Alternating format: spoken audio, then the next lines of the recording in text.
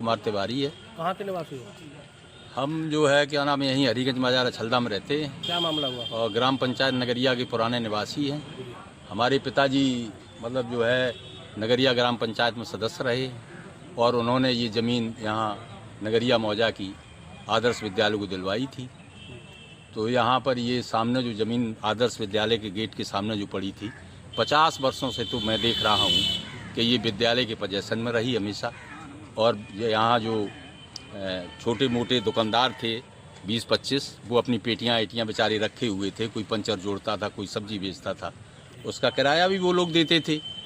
आदर्श को कोई 20 रुपया दे देता था, कोई 50 रुपया दे देता था। इस तरह से रुपया भी इनको आदर्श को मिलता था, अपनी रोजी रोटी कमा रहे थे। लेकिन रातों रात यहाँ बाउंड्री बना दी गई भूमाफियाओं द्वारा और उनको बेचारों को नोटिस भी नहीं दिया गया और उनसे ये कहा गया कि तुम यहाँ से भाग जाओ, अन्यथा तुम्हारी पेटियों में आग लगा देंगे।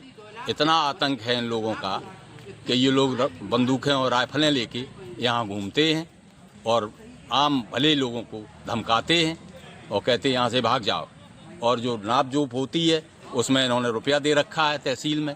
लिहाजा तहसील पर मुझे कोई विश्वास नहीं रहा है कि यहाँ की तहसील से इसकी कोई नाप जोप न कराई जाए। अन्य तहसील से, कानपुर देहात की किसी तहसील की।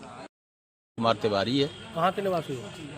हम जो है क्या नाम यहीं हरिगंज मजार छलदा में रहते हैं क्या मामला हुआ? और ग्राम पंचायत नगरिया के पुराने निवासी हैं।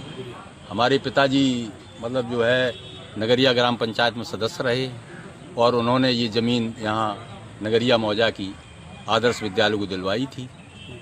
तो यहाँ पर ये सामने जो ज़मीन आदर्श विद्यालय के गेट के सामने जो पड़ी थी 50 वर्षों से तो मैं देख रहा हूँ कि ये विद्यालय के पोजीशन में रही हमेशा। और यहाँ जो छोटे मोटे दुकानदार थे 20-25 वो अपनी पेटियाँ एटियाँ बेचारे रखे हुए थे। कोई पंचर जोड़ता था, कोई सब्जी बेचता था, उसका किराया भी वो लोग देते थे।